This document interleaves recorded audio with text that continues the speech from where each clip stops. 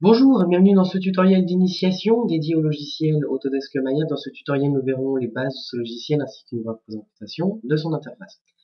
Mais avant toute chose, j'aimerais juste partager avec vous une petite astuce qui me semble indispensable, qui va consister à réinitialiser entièrement le logiciel, ce qui pourra vous être utile si jamais, suite à de mauvaises manipulations, vous avez des problèmes avec l'interface, certaines fonctions ou n'importe quoi d'autre, et que vous voulez relancer Maya comme si c'était pour la première fois. Cette astuce sera là pour vous.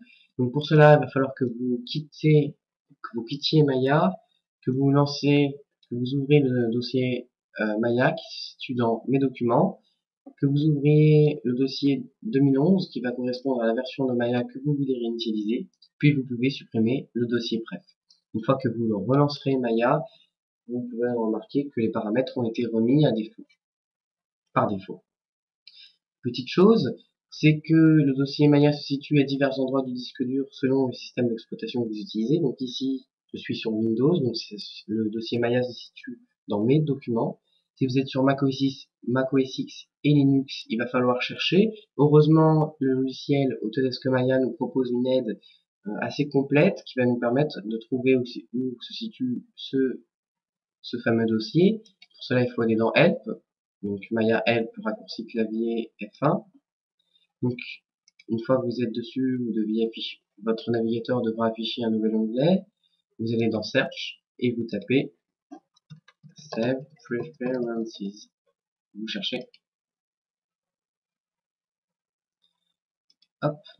Et puis ici, vous avez le lieu où se situe le dossier Maya, plus particulièrement le dossier Pref.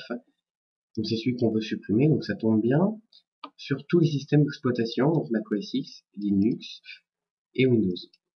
Donc voilà, j'espère que cette petite astuce vous sera utile et que vous en souviendrez en temps voulu et qu'elle marchera. Donc maintenant, on va pouvoir s'intéresser à l'interface de Maya et pour cela, on va le découper en plusieurs zones. Quand je parle de découper, c'est-à-dire que je vais juste vous dire cet élément va servir à ça, on va l'utiliser dans tel cas, et puis que je vais vous le nommer, etc. Donc on va commencer par la barre des menus qui se situe ici, donc c'est cette barre là. Donc le main menu aussi, donc c'est le menu principal comme l'indique son nom en anglais, qui va regrouper toutes les tâches et toutes les fonctions que Maya nous propose. Par exemple, ouvrir une nouvelle scène, créer une nouvelle scène, sauvegarder une scène sous, ou par exemple, créer un projet. Donc, en parlant de créer un projet ici, je vais en créer un. Je vais l'appeler My First Project. Donc ici, toujours pour les noms, je vous conseille d'utiliser ce qu'on appelle le camel case, c'est-à-dire qu'on met une majuscule à chaque nouveau mot. Donc ici, je mets My First Project. Et ici, par exemple, Maya nous propose de créer des dossiers dans lesquels il va ranger toutes les scènes, toutes les images, toutes les sources d'images. Donc plutôt que nous-mêmes de taper à la main scène, image, source image, on va cliquer sur Use Default et on peut créer ainsi notre premier projet. Donc le projet My First Project, on peut aussi choisir le lieu où il se situe en cliquant sur Browse, Accept, OK. Donc moi je vais pas accepter parce qu'ici on va rien faire. Deuxième chose que j'aimerais vous montrer avant de pouvoir continuer dans la présentation de l'interface, c'est la sauvegarde de la scène. Donc je sais que vous savez sûrement sauvegarder un fichier, c'est pas ça, c'est pour vous montrer les différents formats sur lesquels on peut enregistrer. Donc ici par exemple, par défaut on a Maya ASCII et Maya Binary. Donc la différence entre ces deux formats de fichiers, c'est juste le poids et la manière dont ils sont écrits. Maya ASCII est beaucoup plus lourd mais est mieux organisé, c'est-à-dire que on pourra ouvrir avec un éditeur de texte le fichier et pouvoir comprendre ce qu'il y a écrit, alors que Maya Binary, ce ne sera pas possible ou très difficile, mais le fichier sera beaucoup plus léger. Donc après, c'est à vous de choisir ce que vous préférez. Donc moi, ça dépend en fait des cas. Donc ici, je ne vais pas sauvegarder puisqu'on va, je vais juste vous expliquer l'interface de Maya et comment créer quelques objets. Donc ça ne sert à rien de sauvegarder. Donc, comme je disais, ce main menu, cette barre de menu regroupe toutes les fonctions, toutes les tâches de Maya. Et on peut remarquer qu'à chaque fois qu'on va dans un menu ou un sous-menu, on a des pointillés qui s'affichent et en cliquant dessus, on affiche une fenêtre que l'on peut déplacer comme ça au-dessus de notre interface, qui va nous permettre de gagner du temps. C'est-à-dire que si j'ai envie de créer un cube en cliquant sur cube, ça va me permettre d'éviter d'aller dans, donc je vais supprimer create, polygon primitive, cube. Si j'en ai besoin d'un autre, create, polygon primitive, cube. Donc ça va m'éviter de gagner du temps. Ici, hop, cube. Je clique. Donc vous pouvez voir que ça va permettre de gagner en productivité. Ici, les petits carrés, ça va permettre de modifier les options du cube que vous allez créer. Si jamais vous modifiez les options, vous pouvez aller dans Edit, Reset, Setting, Set, Setting, Save, Setting. Donc, Reset, je ne sais pas comment ça se prononce en anglais. Il faut aussi savoir qu'une partie de ce menu est contextuelle et va dépendre de la barre déroulante qui est disponible ici. Si je me place sur Polygone, on peut voir qu'une partie du menu va se déplacer. Pareil sur toutes les autres options que propose cette barre déroulante. Moi, je vais me placer sur Polygone, car tout à l'heure, nous allons voir les bases de la modélisation polygonale. Donc, je parle vraiment des bases. Et donc ici, j'aurai, entre le menu Asset et Muscle, j'aurai donc le menu qui s'est changé, qui va me permettre de faire de la modélisation. En dessous, on va venir à la status line qui est une série d'icônes raccourcies de la barre des menus. On regroupe ici le fameux create a new scene, open a new scene, open a scene, pardon, sauvegarder la scène. Ici, on regroupe les icônes qui vont nous permettre de naviguer dans la hiérarchie des objets sous-objets. Donc ça, on verra ça tout à l'heure. Ici, on a, on va dire, ce qu'on appelle les masques, de ce qu'on peut sélectionner. Donc ça, on va pas voir ça tout à l'heure. On va voir ça dans une vidéo ultérieure. Ici, nous avons les options de magnétisme qu'on appelle les options de snap. Le magnétisme, c'est le snap. Donc ici, on a des choses qu'on va pas voir. Vous pouvez cliquer sur les flèches pour cacher ou afficher les différentes options qui vous intéressent. Ici, j'ai caché aussi ces objets parce que ça ne sert à rien. Ici, on a aussi les options de rendu pour faire le rendu de notre scène. Ici, donc, je vais juste vous expliquer, même si on va pas faire de rendu. Ici, ça sert à afficher la fenêtre de rendu. Donc ici, on a une fenêtre de rendu vide puisqu'on n'a pas fait de rendu. Ici, ça sert directement à faire un rendu. Ici, ça sert à faire un rendu IPR. Donc, on verra pas ça non plus. Et ça sert à afficher les options de rendu.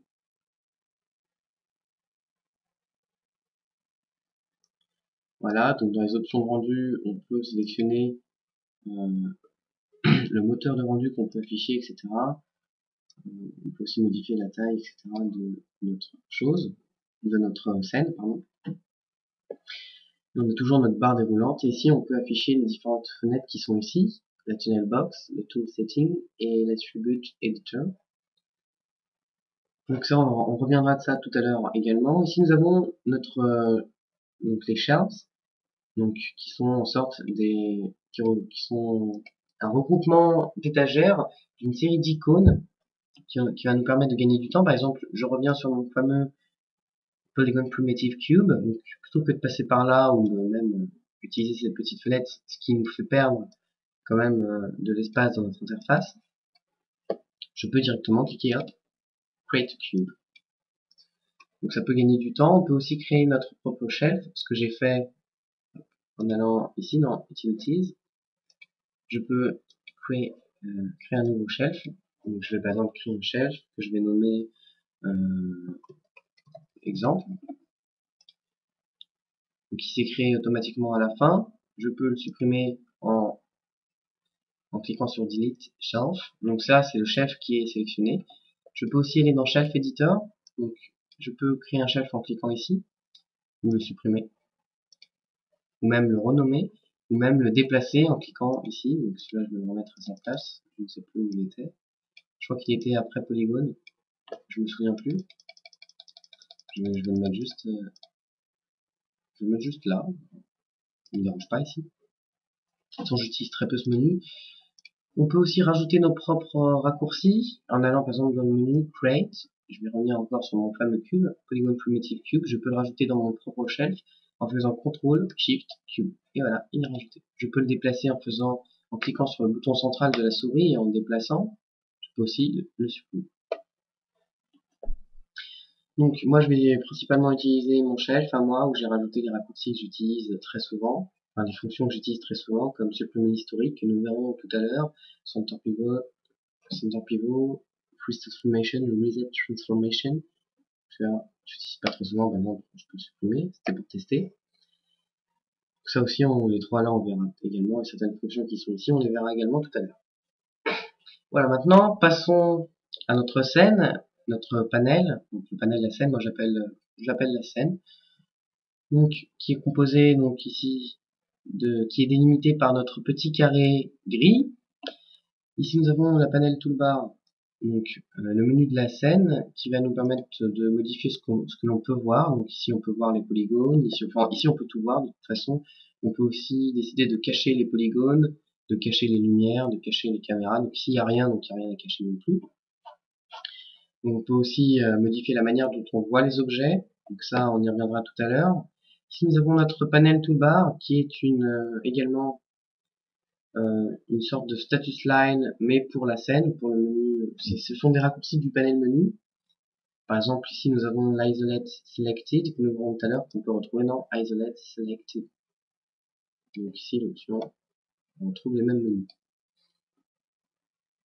Donc ici, nous avons en bas à gauche la représentation des trois axes de notre espace 3D, l'axe X, Y et Z. Ici, nous avons le ViewCube, qui est assez génial, puisqu'il nous permet, en cliquant sur ces différentes parties, de nous placer à des points de vue assez précis. Je peux aussi pivoter autour de mon espace 3D comme ça. Je peux aussi modifier ses propriétés et décider de ne pas le voir en cliquant sur Show ViewCube. Je peux modifier sa position, sa taille, son opacité, et aussi je peux même décider d'afficher un compas. Donc après ça dépend de vous et de vos goûts. Ici nous avons notre grille qui représente le centre de notre espace 3D qui va nous servir à modéliser assez précisément et en symétrie. On peut décider d'afficher cette grille ou non en cliquant sur cette icône dans la panel toolbar ou alors en allant dans Display Grid. On peut aussi modifier la grille en cliquant sur les options qui sont ici. Je peux modifier sa taille que je vais mettre par exemple à 18, donc ça hop, je le fais un peu de manière aléatoire. Ajouter beaucoup de subdivisions. Ensuite on va mettre par exemple ça en rouge, ça en bleu, hop, quelque chose d'assez visible. Je peux appliquer, ici j'ai ma grille et je vais baisser le nombre de subdivisions. Hop. Donc on peut modifier la grille tout simplement pour un confort visuel ou pour modéliser plus précisément. Donc ici je vais revenir avec les paramètres par défaut en allant dans Edit, Reset, Setting. À défaut que la couleur ne change pas, donc on va la remettre nous manuellement, parce que je me souviens de comment elle était. Et hop. Apply and Close, ce sera plus pratique. Passons maintenant à quelque chose qu'on ne va pas voir tout de suite, donc comme ça je m'en débarrasse un petit peu. Ici nous avons donc tout ce qui est lié à l'animation, donc c'est 2 étages on va dire. Ici nous avons la Time Slider, qui est la ligne du temps qui va nous permettre de nous avancer dans le temps et de créer des images clés. Donc ça on va voir tout ça dans une vidéo ultérieure où nous verrons l'animation. On peut décider de lancer l'animation en avant, en arrière. On peut décider aussi d'aller à l'image clé suivante. Donc ici j'ai pas d'image clé donc ça bouge pas. D'aller à l'image suivante parce qu'il faut savoir que ce sont des images. 24 images par seconde. Donc ici, j'ai une seconde en tout ici. Je peux aller à la prochaine image ou à l'image donc précédente ou en allant à la fin et au début. Ici, nous avons la la range slider qui va nous permettre de décider décider sur combien d'images on va pouvoir travailler. Donc ici, je suis sur 24. Je peux décider de travailler sur 48 images. Je peux aussi décider de travailler sur plus d'images ou etc., etc. Ça, je vais pas passer plus de temps là-dessus, puisqu'on va pas le voir. Ici, nous avons notre barre d'outils, qui va regrouper les différents outils de Maya, ce qui paraît logique. Donc ici, on a l'outil de sélection, l'outil qui est proposé par défaut, qui va nous servir à sélectionner nos différents objets. Donc ici, j'ai rien. Ici, on va avoir l'outil Move, l'outil Rotate, l'outil Scale, qu'on va voir tout à l'heure lorsqu'on aura créé nos premiers objets. Ici, nous avons des petits raccourcis aussi qui vont nous permettre, par exemple, par défaut, je suis ici sur une vue, la vue de perspective, je peux en cliquant ici afficher les 4 vues en même temps. Ici, j'ai toujours ma vue de perspective, j'ai la vue de dessus, la vue de face et la vue de profil. Et comme ça, je peux travailler en même temps sur les deux. Je peux, si par exemple ici je suis sur la vue de perspective, excusez-moi, si je passe ma souris sur la vue de dessus, que j'appuie sur la barre d'espace, je suis tout de suite en vue de dessus en grand écran. Je peux comme ça passer d'une vue à une autre simplement. Ça m'évite de cliquer là-dessus, là-dessus, là-dessus, là-dessus. Donc ici on a aussi l'affichage de l'outliner, qui est une fenêtre qui va nous permettre de voir tout ce qu'on a sur notre scène. Donc ici, malgré qu'on n'ait rien, on a quand même les lumières par défaut et les caméras qui ne sont pas visibles. Je peux réafficher la vue perspective simple. Ici, nous avons deux éléments qui peuvent paraître anodins mais qui sont pas mal pratiques. Je vais d'abord parler du MEL, le Maya Incorporated Language, qui est le langage incorporé de Maya, comme l'indique son nom en anglais, qui va permettre de taper des lignes de code, donc dans un langage qu'il va falloir apprendre, que nous verrons dans une vidéo ultérieure, qui va nous permettre, par exemple, si je tape la ligne polycube, de créer un cube. Hop, ici, par exemple, on peut voir que le langage demande une certaine rigueur, et hop, j'ai créé mon cube. Donc il va pas seulement permettre de faire ça, il va aussi permettre de gagner beaucoup de temps dans l'animation, et même dans la création d'objets, ou n'importe quoi d'autre, qu'on verra aussi plus tard. Autre élément, donc celui-là est assez important, même si on ne l'utilise pas directement, c'est l'help line, qui nous permet de voir à quoi sert l'élément sur lequel est placée la souris. Par exemple ici, si je passe sur cette icône, je peux voir que ça va servir à supprimer l'historique. Donc ici. Revenons maintenant à notre scène. Donc on a vu qu'on pouvait modifier le ViewCube, etc. Mais on n'a pas vu comment naviguer dans notre scène. Donc pour cela, rien de plus simple. Il suffit d'appuyer sur Alt, clic gauche pour pouvoir pivoter autour de notre espace 3D. Clic central de la souris pour pouvoir se déplacer latéralement. Et clic droit pour pouvoir zoomer. On peut aussi utiliser la molette si vous en avez une. Donc voilà, donc là on a vu les bases, enfin tout ce qui est interface, à moins que j'ai oublié de parler de la channel box et du layer editor.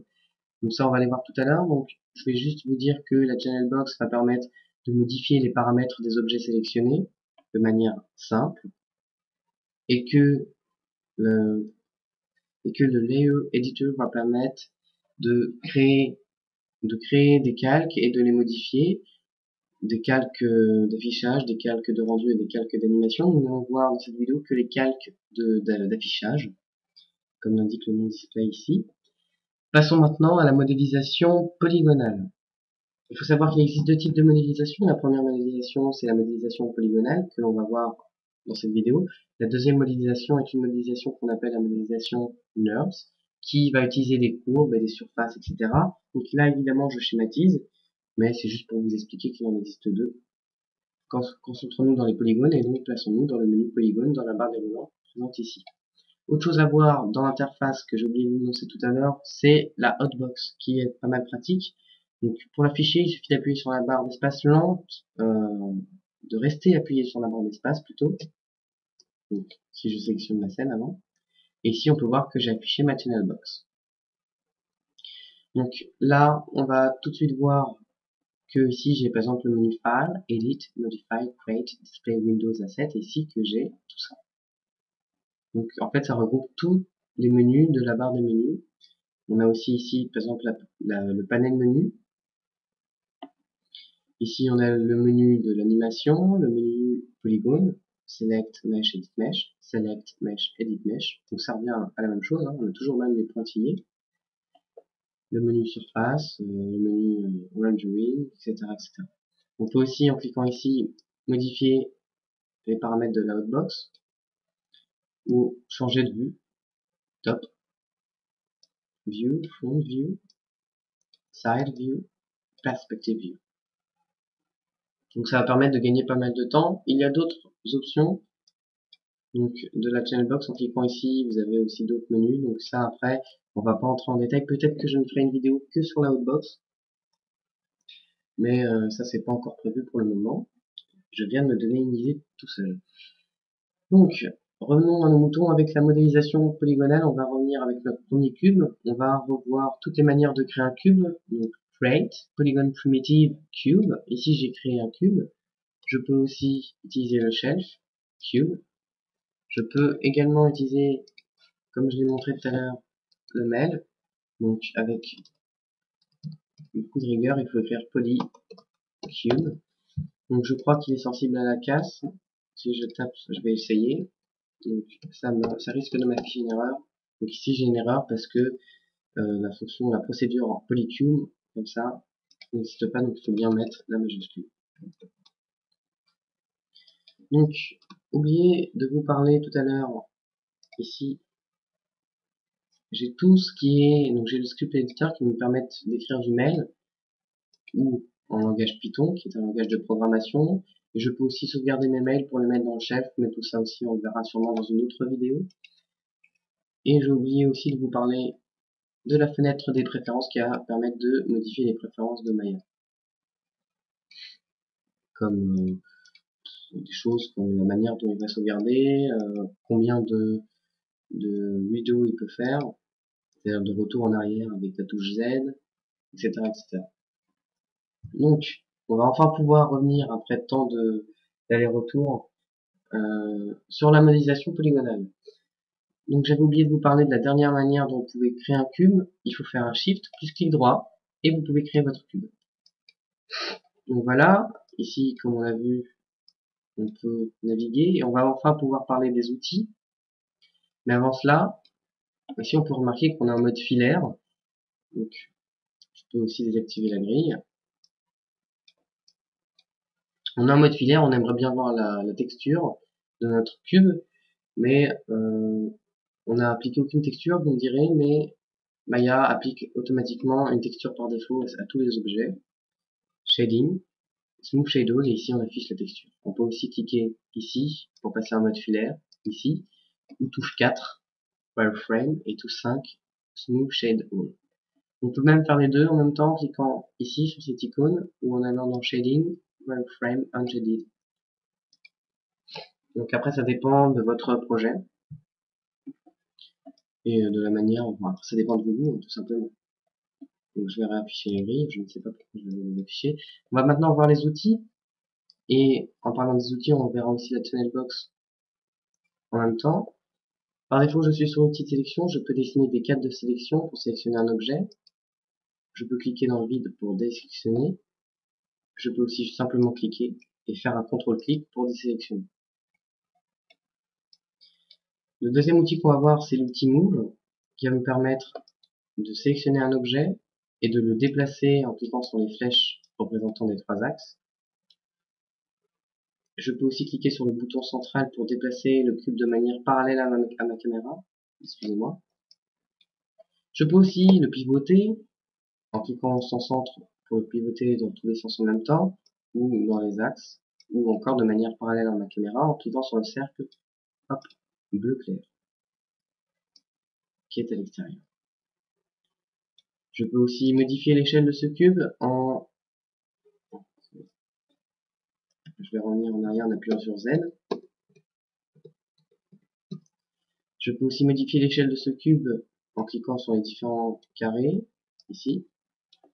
C'est des cubes aussi. Comme ça, je peux modifier l'échelle, en fabriquer un rectangle, etc.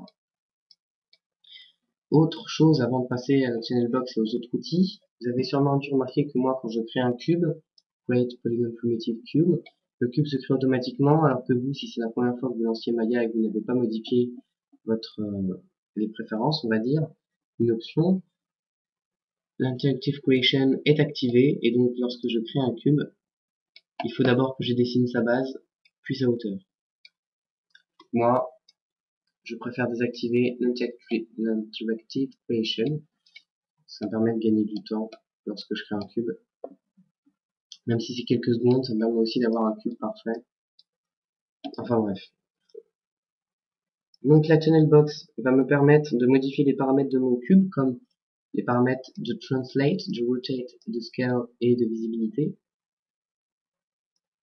Donc les paramètres de visibilité c'est les plus simples, donc je vais juste vous montrer.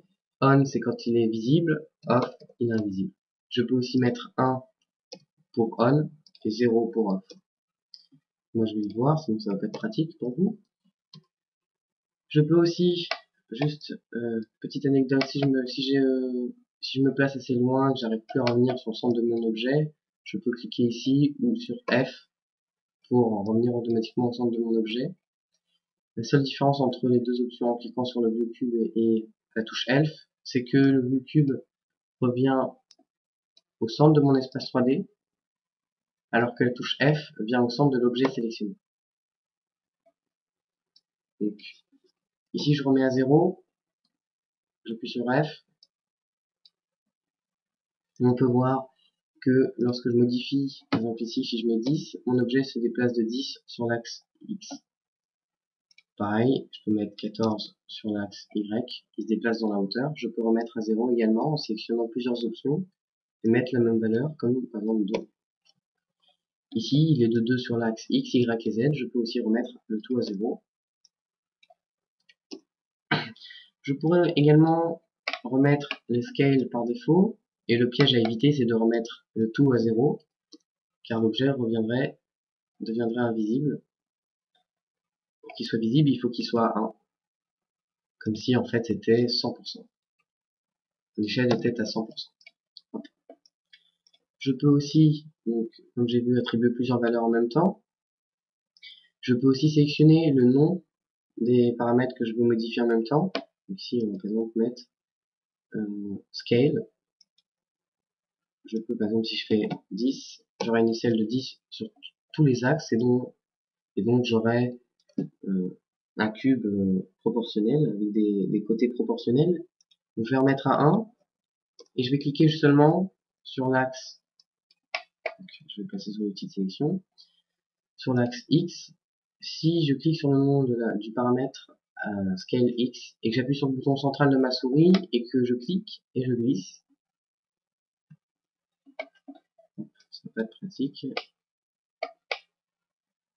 Je peux comme ça, en cliquant glissant, modifier comme ça. Donc ça peut être assez pratique de modifier les échelles. Je peux aussi modifier plusieurs valeurs en même temps, de la même manière. Hop. Je vais tout remettre à 0, sauf le scale. Je vais me recentrer. Si je me suis un peu éloigné, j'ai oublié de vous donner les raccourcis des outils. L'outil de sélection, je rappelle, touche raccourci clavier Q.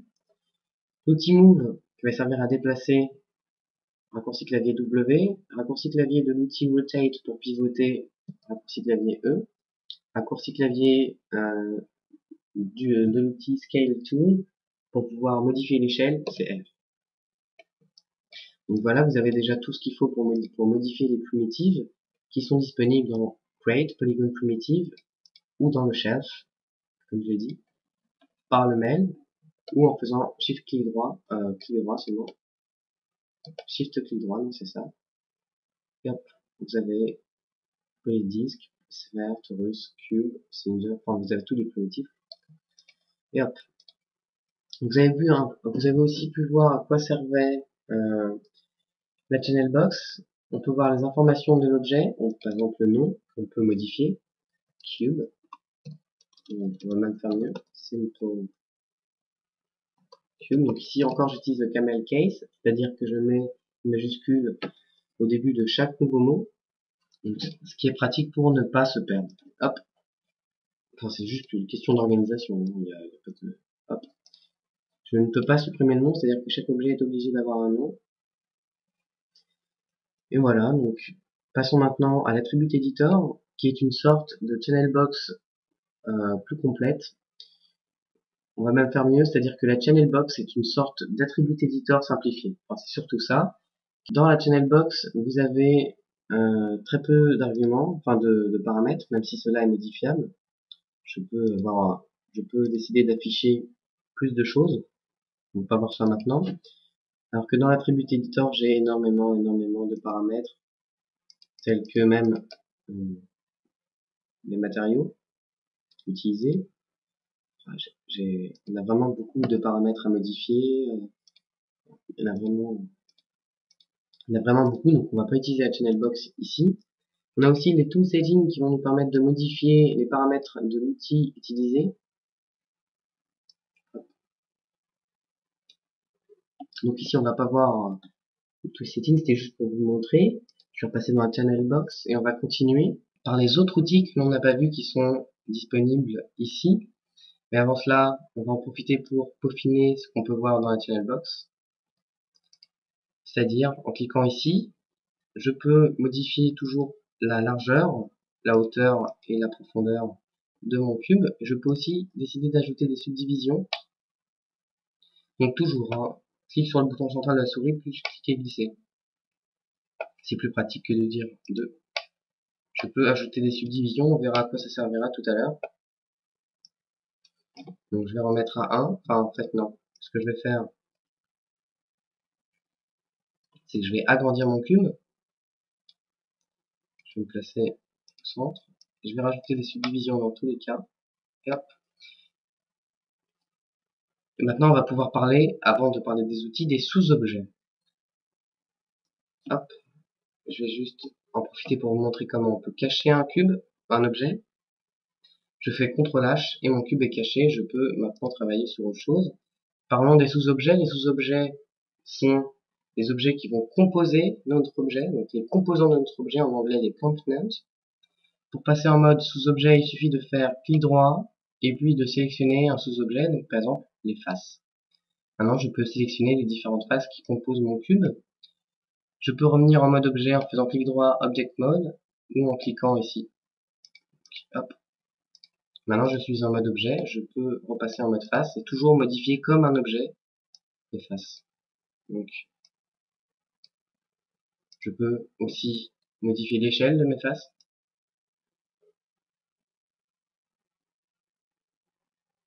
Et voilà. Donc c'est assez simple. Donc ça marche pareil pour les vertex qui sont les sommets.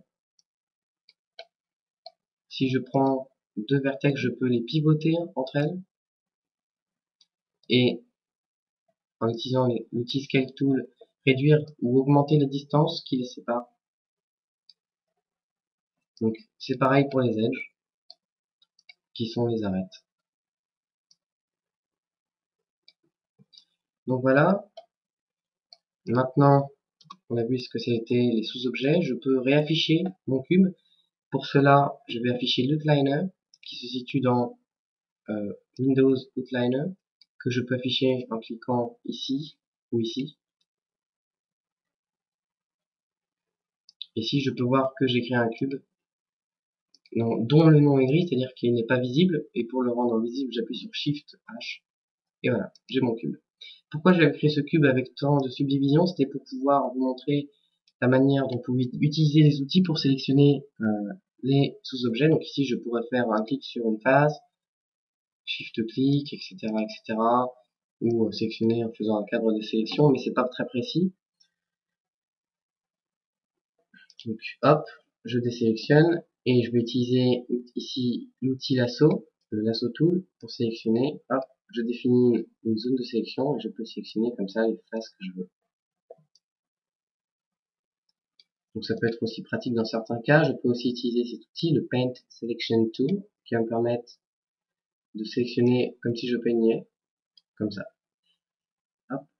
Je peux aussi modifier sa taille en appuyant sur B. Je clique et glisser. Je peux sélectionner et toujours modifier cette face-là.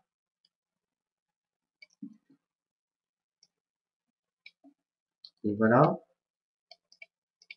On a aussi, donc ici on peut voir que ça donne quelque chose de moche. J'ai pas d'autres termes. On peut aussi utiliser l'Universal Manipulator. Donc moi je ne l'utilise jamais, mais c'est un peu un outil qui va regrouper les trois outils Move, Rotate et Scale Tool. Donc un peu différemment, mais sinon c'est à peu près la même chose. Je l'utilise jamais, je préfère utiliser les raccourcis clavier. Donc W, E, R, etc. Maintenant je peux supprimer mon cube d'exemple.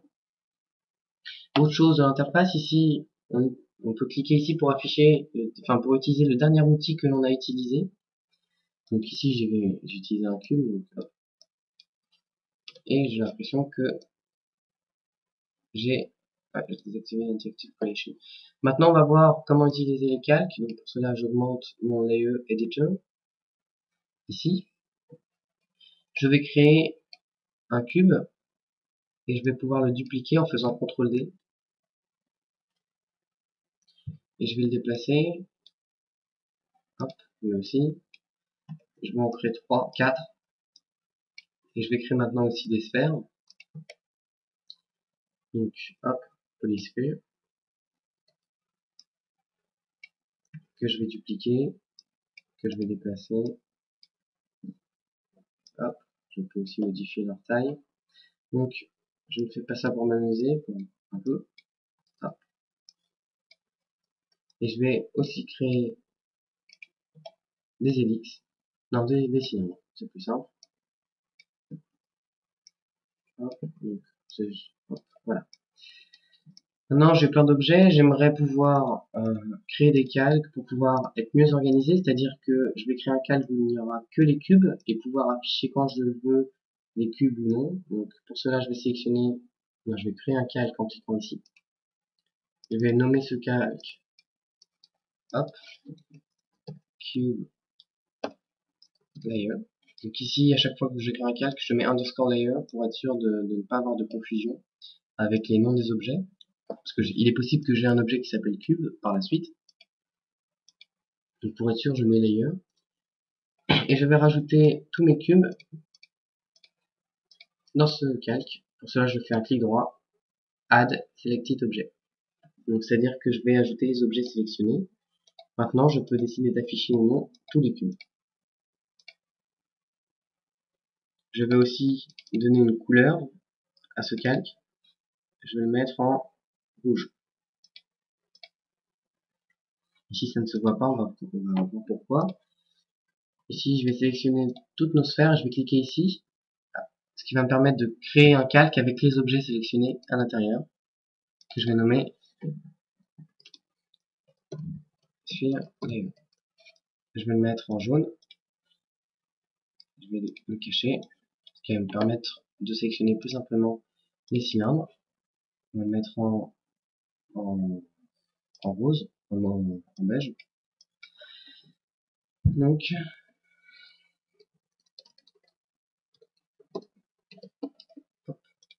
et voilà, je peux réafficher le tout. Et je vais passer en mode Wireframe Unshaded et comme ça, je vais pouvoir tout simplement afficher les objets. Donc ici j'ai mis des couleurs qui se ressemblent un peu, donc je vais mettre du vert par exemple, donc ça se verra un peu mieux. Donc ici c'est un exemple d'utilisation, vous pouvez l'utiliser par sélection des matériaux ou tout autre paramètre que vous aurez vous-même défini. Donc tout ça n'est que notion de convention. Je peux aussi supprimer les objets, donc delete selected layers. Et hop, je peux détruire mes objets et passer à la suite de la vidéo. Maintenant qu'on a vu les sous-objets, tout ça, les calques, on va pouvoir passer un peu aux options et pouvoir commencer à modéliser des objets. Enfin, vous donner les outils pour pouvoir modéliser des objets. Je vais pour cela créer un autre cube, polycube, modifier son échelle, je vais le mettre très grand. Je vais ajouter certaines, non, je vais pas rajouter de subdivision. Et je vais pouvoir modifier ce cube à l'aide de certaines fonctions qui sont disponibles dans la barre des menus ou dans mon shelf. Je vais par exemple sélectionner une face et je vais rajouter de la matière en faisant une option très utilisée qui est indispensable qui s'appelle la fonction extrude, disponible dans Edit Mesh, extrude, ou alors dans Polygon, cette icône là, qu'on retrouve dans mon shelf. Je peux aussi faire un Shift clic droit Extrude Face ou utiliser le mail, mais je ne connais pas la fonction Extrude Face. Et voilà. Maintenant, un nouveau manipulateur est apparu. Donc on peut toujours retrouver ici un petit cercle pour pouvoir pivoter. On retrouve aussi des flèches et des cubes, des carrés. Si je clique sur la flèche, je peux ajouter de la matière et déplacer la nouvelle face qui a été créée. La scaler en cliquant ici. La pivoter. on ne verra pas, je n'utiliserai pas ce petit cercle, donc on le verra quand on abordera la modélisation un peu plus complexe dans une autre vidéo. Voilà, j'ai pu rajouter de la surface et comme ça, hop, ici je peux utiliser ici une nouvelle extrude, rajouter des faces, de la matière comme ça. Je peux aussi appuyer sur G pour utiliser la dernière fonction utilisée, donc hop, je rajoute, je clique ici, je rajoute, je clique ici, je rajoute, etc., etc. Je peux toujours modifier. Je peux aussi creuser, hop, G, je creuse, donc, hop, G, je recreuse. Donc après, c'est à vous de savoir l'utiliser. Ici, je vous donne, ici, j'ai fait n'importe quoi. Donc je vais recréer un cube. Polycube, je me mets au centre. Je vais plutôt l'agrandir. F, hop. Autre fonction que l'on va pouvoir voir, c'est la fonction bridge. Donc, je vais le mettre là. Je vais dupliquer ce cube. Je vais le mettre là. Et si j'aimerais bien créer une espèce de pont, donc pour cela, je vais sélectionner mes deux faces. Donc, il va y avoir une erreur. Donc ici, j'ai fait une manipulation que j'ai oublié de vous expliquer. Je sélectionne ma face. Ici, je fais clic droit, face, shift, plus clic. Ici, si je fais edit mesh, bridge, ça ne marchera pas puisque ce sont deux objets différents et la fonction bridge ne marche que sur un objet. Il faut que ce soit un seul et unique objet. Donc pour cela, on va nous-mêmes utiliser une autre fonction. Je vais sélectionner les deux objets. Je vais utiliser la fonction combine, mesh, combine. Je l'ai mis dans mon chef. Je peux maintenant utiliser cette fonction bridge ici. Je crois. Ah non, c'est pas celle-là, c'est celle-là. Donc ici, je peux créer une sorte de pont. Donc ici, ça fait, on peut aussi modifier les fonctions de les paramètres de cette fonction plutôt. Donc, on va pas les voir ici. Je peux toujours modifier le résultat dans la channel box en cliquant dans Input, Polybridge Edge 1.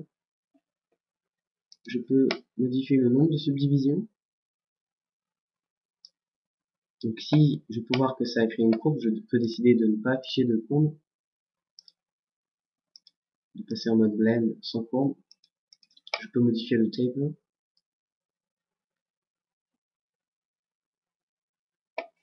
Et le twist qui va permettre de, si j'augmente le nombre de subdivisions, il est possible qu'il y ait des erreurs comme ça, donc après ça on verra ça ultérieurement dans une autre vidéo également. Ici on va baisser à 5.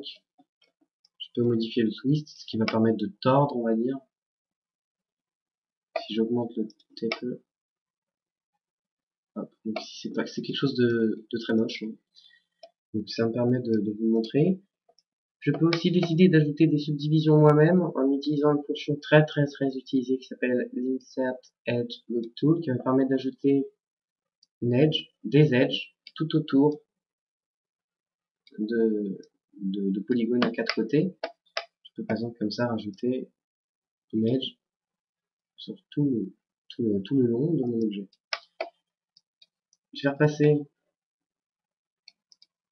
sur un cube simple.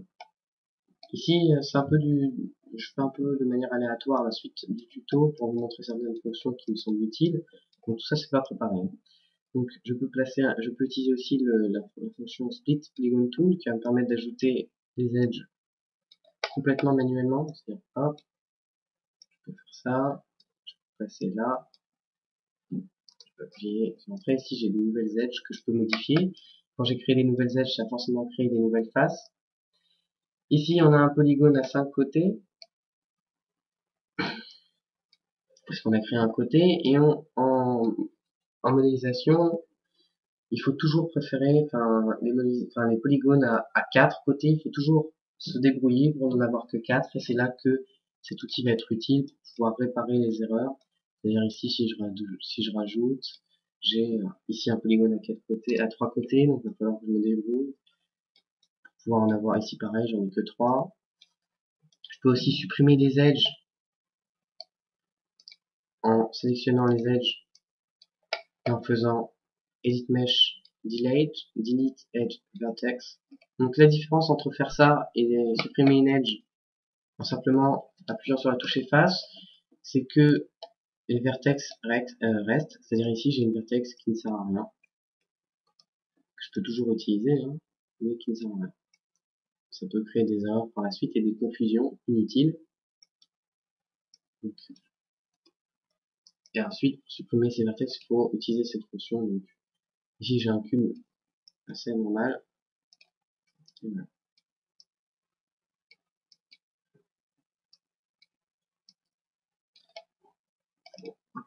Éviter de compliquer la vie, je vais créer un nouveau cube, je vais l'agrandir, je vais le placer au centre. Et puis voilà. Ici nous avons l'historique de notre cube dans lequel on peut augmenter les subdivisions et la taille. À chaque fois que je fais une option, je vais par exemple sélectionner tous ces cubes, je vais faire un extrude.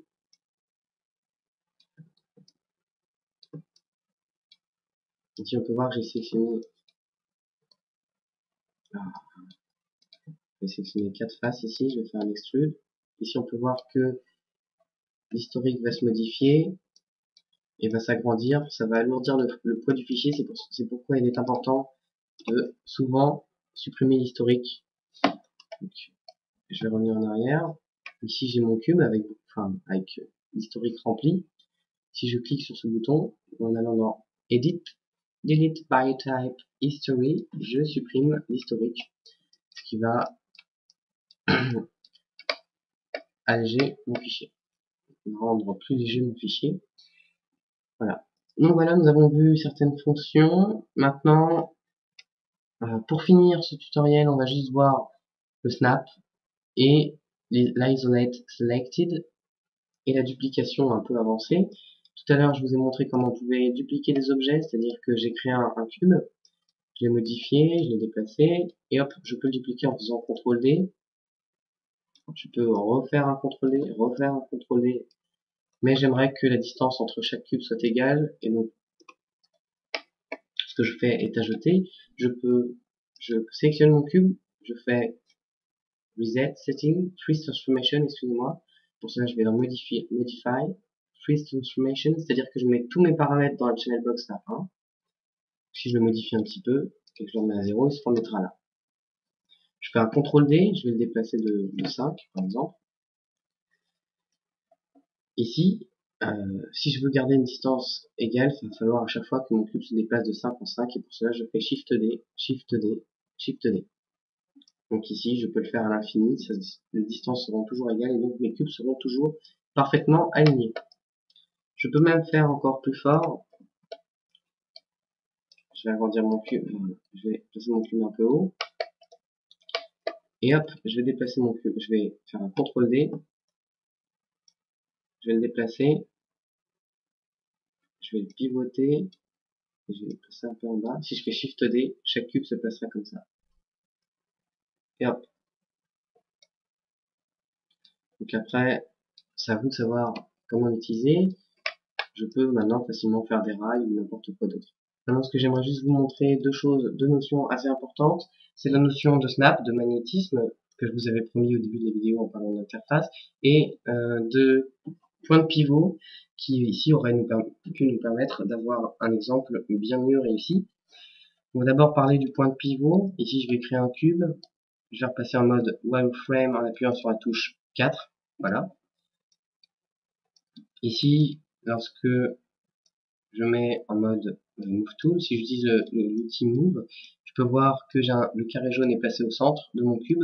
Ce carré jaune représente là où se situe le point de pivot, c'est-à-dire là où va pivoter mon cube. Donc, je vais m'expliquer. Si je pivote, si je pivote mon cube, on peut voir qu'ici on peut voir un point au centre de mon cube. C'est à partir de ce point que va s'effectuer la rotation. Si je modifie, je sais pas pourquoi je recrée un nouveau cube.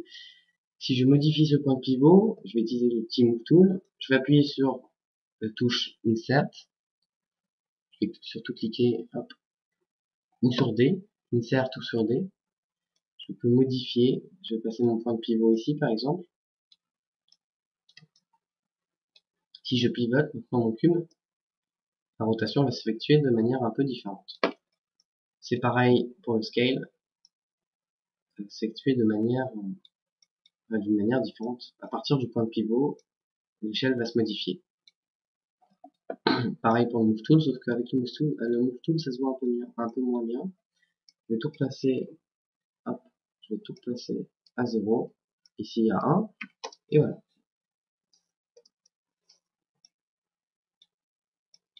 En fait, je vais tout simplement recréer un nouveau cube. Maintenant, nous allons voir le snap. Le snap, c'est le magnétisme. Ici, j'ai mon point de pivot. Si j'active le magnétisme en cliquant ici, c'est le magnétisme sur la grille. À chaque fois que je déplace mon cube, le point de pivot va s'arrêter à chaque fois qu'il croise une nouvelle intersection à la grille. Donc comme ça permet d'être sûr que je peux par exemple directement le mettre au centre et être sûr qu'il soit au centre, ou le mettre dans le coin, ici. Donc voilà, ce qui me permettrait par exemple de placer, imaginons que ce soit une maison. Imaginons, je mets un... Non, ça je le laisse. Je vais placer, je vais le remettre. Hop.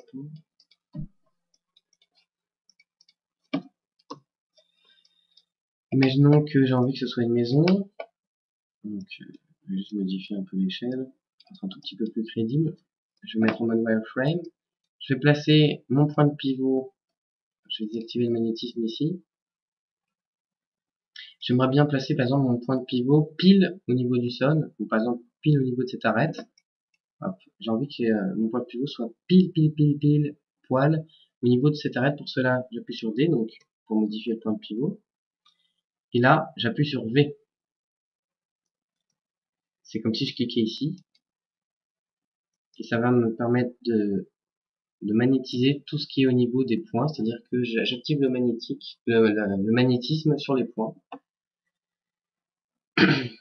Donc je suis snappé sur une vertex et maintenant je peux faire cliquer sur le snap de la grille, je peux être sûr que ma maison est au sol. Donc ici on peut aussi activer tous les magnétismes en même temps. Je vais pouvoir créer une courbe. Pour ça je me place dans la bulle dessus, je fais create EP curve 2, je peux cliquer. Voilà, et j'aimerais bien que ma maison, je vais faire un center pivot, modify center pivot, ou alors ici, donc ça place le point de pivot au centre de l'objet. J'aimerais bien que ma maison, on va dire, soit magnétisée sur cette courbe, et donc pour cela j'appuie sur la touche C, je rapproche mon cube de la courbe, et comme ça, je suis sûr qu'il est sur la courbe. Et hop, je peux le déplacer comme ça en toute tranquillité. Ou en cliquant ici, donc c'est raccourci clavier C ici. Pour la grille, c'est raccourci clavier X. Pour les points, c'est raccourci clavier V. Et ensuite, on verra ça dans une autre vidéo spécialement dédiée au magnétisme et au point de pivot. Donc voilà, j'espère que ce tutoriel vous aura été utile. Donc je n'ai pas été très en détail, j'ai sûrement été un peu vite, mais m'en excusez, c'est mon premier tutoriel vidéo. J'espère que vous aurez été et que vous serez indulgents et que on se retrouvera dans une prochaine vidéo. À bientôt.